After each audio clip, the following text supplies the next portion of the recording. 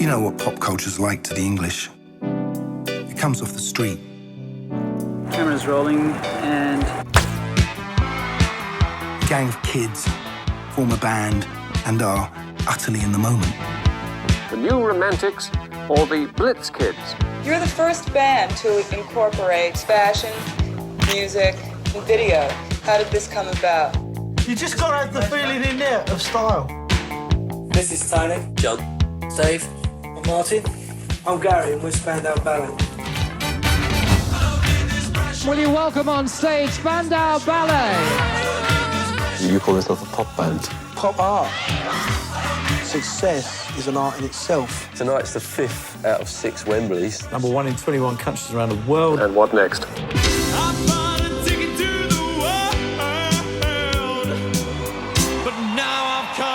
Again.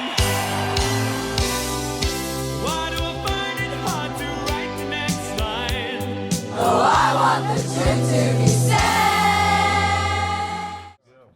All right, so I'm here with Spandau Ballet, and I can already tell this is going to be a good conversation. All right, so you guys are in Austin, South by Southwest, with this film. Talk to me about being at this incredible festival and having you guys all together for this. Well, we've never been to Austin, Texas.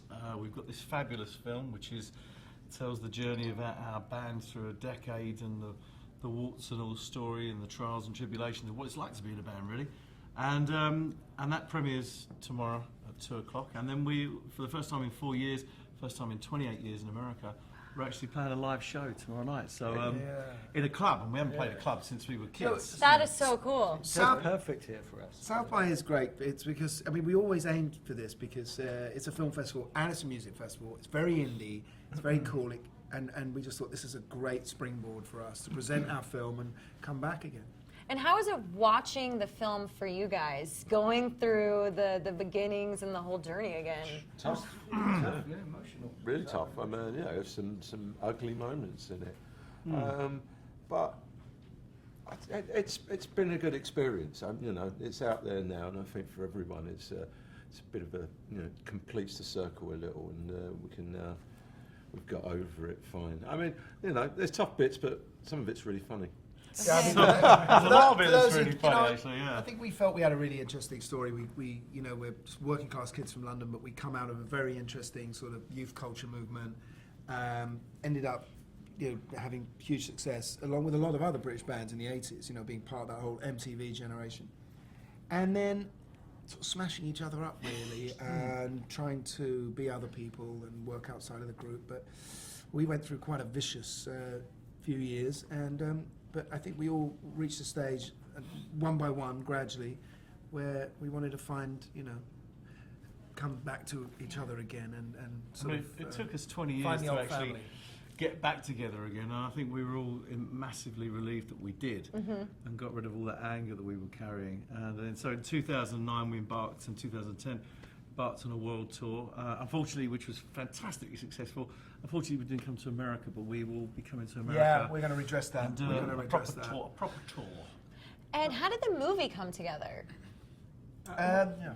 Well, there's different ways. You know, I think the movie came together because during our last time we got back together in 2009, we had there was one particular song that we played where the back on the screen behind us there was a small montage of old footage, and I think we took that idea and made the film out of that. That was my favourite bit, actually. Yeah, I think we, you know, thought that we had a very powerful story. You know, that if you were going to make a feature film about a band and you were going to write this fictitious band, it would probably be fairly close to the story we lived. And so it had 3 acts, a very difficult 3rd act, and a great denouement. And so, thinking out, we just said, right, let's employ someone to go out and just look for all the archive footage they can find.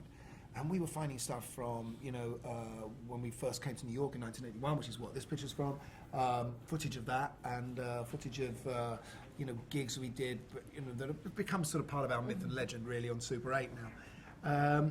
And we ended up with about 400 hours of this footage, but no director. We found the wonderful George Henkin, who'd worked very closely with Julian Temple. Hi, George. Very closely with Julian Temple on his archive films. This is George. This is George. And George just finished off the story. There you go. Yeah, for the first time ever, I got asked to jump in and make a film rather than having to Produce it. start the whole thing from the beginning, and it was very strange. Yeah, that's a dig up. I think yeah. She's got just too emotional. She's emotional. Emotional. I mean, our brief really was we didn't want to do Talking Heads, and we wanted a film that would be very interesting to people who knew nothing about being in a band. But then we left her alone. It was the era that I grew up in. I was a kid in 1983 when True was #1. It was also another story, a story about a band, and I love stories about bands. They're like love stories. They're archetypal. They have their variations on a theme, but they really pull at everybody's heartstrings. And it was a story about friendship, and that was where I saw it first and foremost. As quite an emotional film. I mean, it's certainly emotional for us when we watched it, and you know, I mean, it's our lives. It's a fantastic piece, but also I think visually, if you look at what we look like. Yeah, I was going to say just the looks, the kind of glam, and the how that has changed, like the image, and what are we going to see this tomorrow night? No, we're not. Yeah. Why not? No. But you know what? I kind of really wish that I could walk down the street in Soho in London and a gang of kids of age 18 would turn the corner looking crazy. And wild. That's kind of, it's so hard to find out. And the only people who do that are hipsters now. Who cares the hipsters? That's not interesting. In Dalston, in London, hipsters have now been replaced by new romantics. There are new romantics walking the streets. Wait, of what's London a new again. romantic? That's what That's what you guys are actually called. New romantics? That's what the press kind of So is Bowie more the glam rock then? Yeah. Like, what are the different lines? Okay. Well, you kind of got mods, yeah, rockers, break it down. Psychedelia, kind of psychedelic glam rock, which would be punk, Mark Bolan. soul boy. Yeah.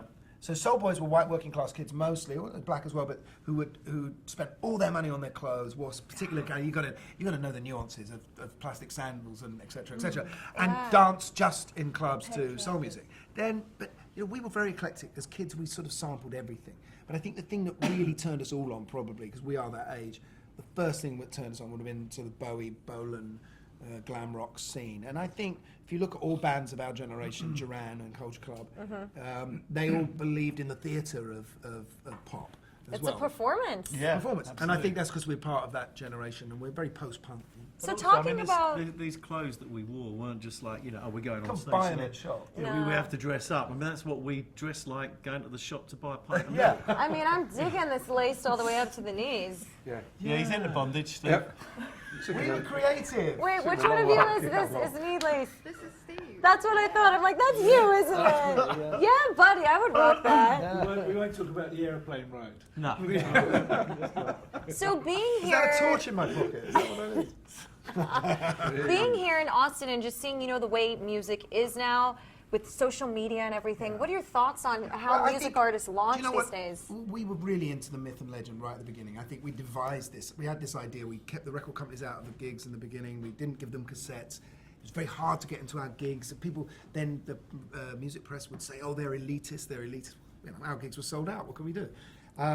Now, of course, someone would have just filmed it on a mobile phone and it's totally dissed different. it on YouTube. You go to a concert. No, you go to a concert. You can hardly even see anything because everyone holds their phones up, and it takes away from being in the moment. I'm like, it's. Yeah, I want to see the performers, not through someone's giant cell phone. It's hard to create myth as well because of that. And, you know, unfortunately, there's no footage of us in the Blitz Club, which is the famous club in it, where we all kind of poured out. Yeah. I mean, everything's exposed today. I mean, everything you do. There are people driving around London on bikes, ready to film celebrities, you know, coming out of shops and everything. So nothing is secret anymore. Your life is exposed on the internet and everything else. So we came from a very different... You're probably glad a lot of that stuff couldn't be caught, though, some of it, right? There's lawyers looking into it right now. But I guess for you guys, you were the precursors of that because there was a lot of footage. There was 400 hours worth, and these guys really did grow up on camera. And that was one of the things that made making this film such an enjoyable process, was that there was so much to choose from, and there were all those little interstitial moments, you know, when the camera's rolling but the interview hasn't really started, and you see Those are the through real that- moments. The juicy Exactly. bits. Yeah. So Stupid it's, bits. And so how is it, you know, you're going to be here, you're going to perform, you're going to get new fans. What is that like to reach this generation who maybe didn't grow up with you, the Generation Ys? We call them the selfie generation. They're obsessed with themselves. We did get together about 4 years ago, and we hadn't been in a room prior to that for about 20 years altogether. So, and we noticed at our concerts there were people that are our age, and their kids as well, and the kids had kind of got into it That's through cool. their parents. Yeah, I mean, you know, listen, trues is something that's entered the sort of American consciousness. You know, it's been on every, you know, from Modern Family to The Simpsons to Wedding rap Singer, artists you know, and everything else. It's out there, it's out there. But you know, as you can see in the film, there's a lot more to this band. You know, a lot more songs than that. And we just did a 2-hour show, a few years ago, and it was just hit after hit as far as, you know, Europe was concerned. So I think anyone nowadays who's interested in the band has looked at the greatest hits, has looked at us on YouTube. They know everything now. They know the history. Of course. And what can we expect as far as where people can see the film? Do you have a release? Is it already out? VOD? we don't. This is going to be the premiere tonight. So this is the world premiere. This is the world premiere. Guys, that's so exciting. Very exciting. Very exciting. And then we're looking for distributors right now. Hey, this is a great way to do it. That's how things are launched at places like this. We're hopeful. We're hopeful. We've got a lot of people interested, and we want to get it. You know, I would imagine by the end of the year, this film will be out to sea. Yeah, and not out to sea, not the sea. You're like, it's terrible. And then finally, are you writing? Like Captain Ballet. Are you writing new music together? Yeah, we're going to be doing some new music together, and we're obviously planning to come to America, which we didn't fulfill on our last tour, and putting together a world tour. Okay, so tomorrow when you perform, are we wearing jeans? Like, what are we wearing? I need to know a little bit more about I'm this gonna, look. I'm I want to know the suited look. and booted, me. Suited and booted. We still care. We still care. All right, I so like people to care. We might have a little something. But it's The not. buttons on this jacket. Look at that. Oh, snap. I tell you, whatever happens, it's going to be really sweaty in there. It's going to be so And then are hot. you guys on social media, websites, things that Yep. people can We find are. you? Give that We to are. me. Yep. SpandauBallet.com. We're on Twitter, we're on Facebook, and Instagram, and Gotta be on the individually, Insta. we're all out there. We're tweeting. Yeah. And then you got to tweet each other and then retweet your tweets. Of course. We do it. All of the above. It's exhausting. It is. Bit of tweeting, bit of twerping, you know. Oh, twerping or twerking? Yeah, you're going to do that. Not twerking, though. No. Not twerking. Well, not if he's twerping. He's all right twerp. He's not. I love it. Well, thank you guys. Have fun tonight. And where are you playing tomorrow? I'm going to try and come. Vulcan Gas Company, Vulcan Gas. which is Okay, on cool. 6 or something. Everything's kind of walking distance, right? You'll hear it. You'll see the queue and the craziness. And anyone else that you're going to catch at South by that's performing? Yeah, we're going to see Coldplay tonight. I'll see you there. There you go. Yeah. Okay, cool. Yeah. And I talked to Imagine Dragons, and I think you Yeah, guys we'll are going see to them love as well. London Grammar. Yeah, I like them already. They're brilliant. Yeah. I think they're great. Yeah. Awesome. Well, thank you guys so much. Thank you I'll very see you much. guys. Cheers, thank you. Bye to the camera. What now for the band? You can see on our faces, Spandau Ballet's just come to an end.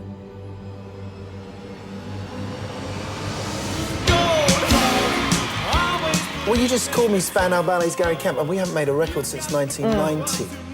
There is no way. We don't want to lose each other. I'd like to find that innocence again. I said to Gary, I want a better end.